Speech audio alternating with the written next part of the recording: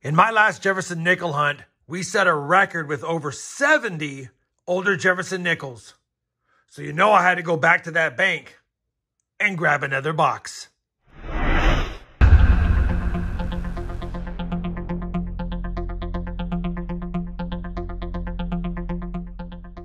Hey everyone, it's RobFindsTreasure. Welcome back to my channel. Like I said in the intro, we grabbed another box from that lucky bank. In my last Jefferson nickel hunt, we had a box with 74 older Jefferson nickels, and many of you suggested I go back to the bank and see if they had another box for me to get.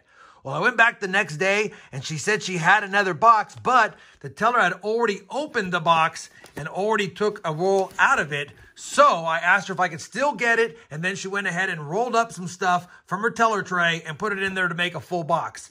Now, I don't know if this is the sister box because it's missing the top, but it's from the same bank the next day, and she seems to think that they came from the same shipment, so we'll have to see. I told her I had a good box, and she said good luck.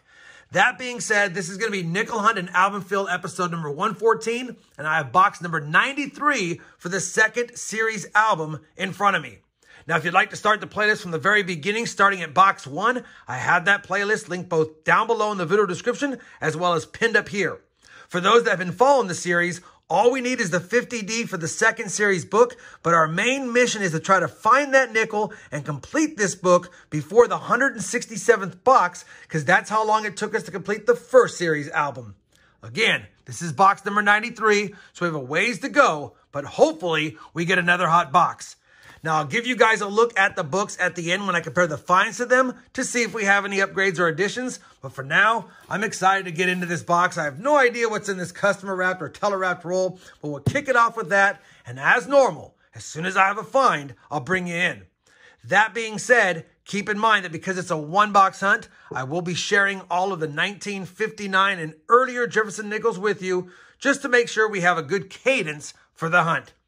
I'll be back if and when we have a good find, and fingers crossed, that's another hot box. Well, we're on roll number 1, which was the teller wrapped roll, and we'll have an older Jefferson to kick us off.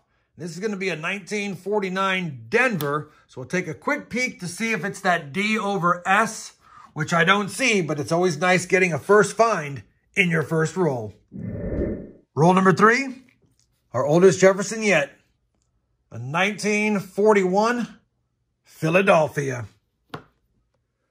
Same roll. We've got a 1940 Philadelphia, and that's the new oldest nickel. Roll number 9. Our first nickel from the 50s is going to be a 1955.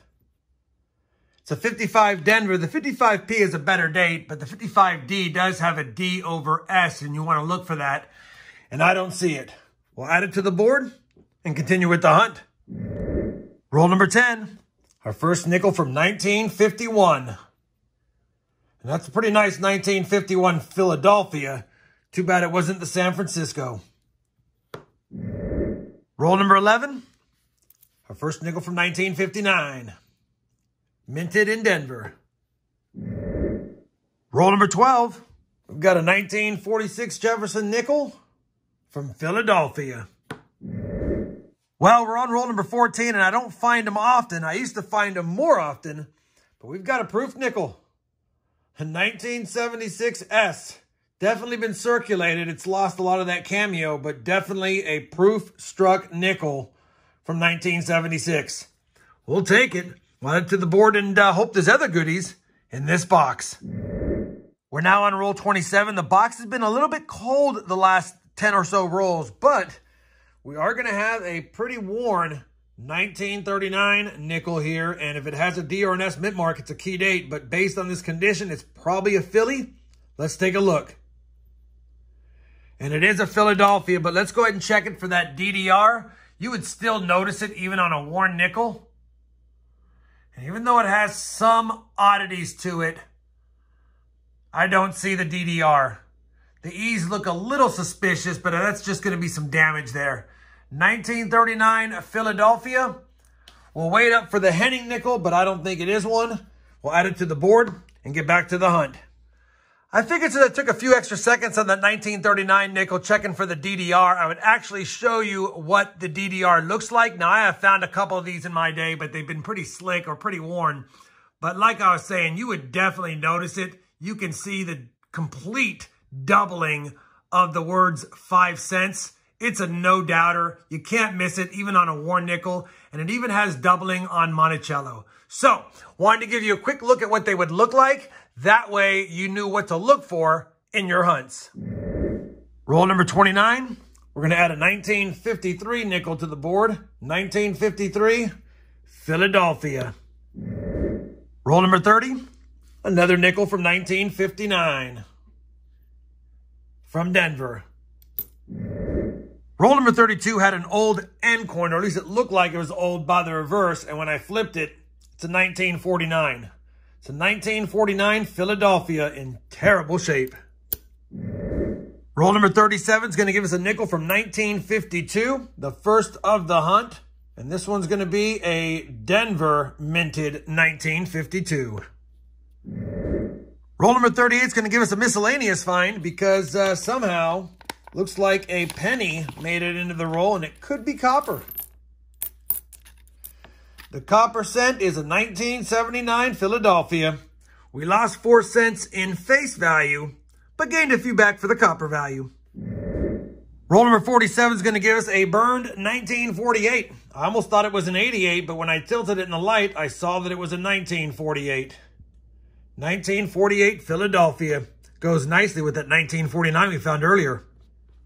Well, that was a cold box, and you know what? You're going to have to hunt boxes like this sometimes. I will tell you, I was optimistic at the beginning, hoping that we got the sister box to the other somewhat collection dump from the last hunt, but it didn't pan out. Matter of fact, it was lighter than most of my nickel boxes with only 15 nickel finds.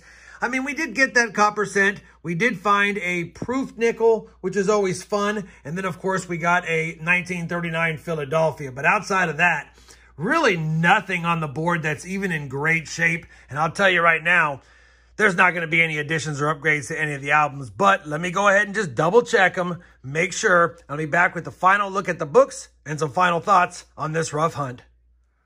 I have compared the finds to both albums, and as I said in the last clip, no upgrades, no additions. So now after 28 boxes for the Series 3 book, we're still missing 6 nickels. We have 59 out of 65, and of course the ones we're missing are definitely the tougher dates. For the Series 2 book, we've now hunted 93 boxes, and we're still missing that 1950D. I know it was a rough hunt, but like I said, you got to hunt boxes like this in order to find the good boxes, and we were due for a tough one, and we got it.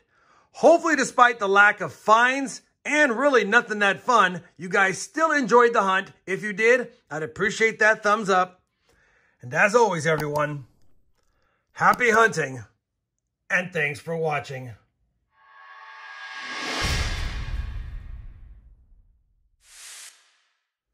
I'm sorry, Silver Jar. We didn't find any silver for you this hunt.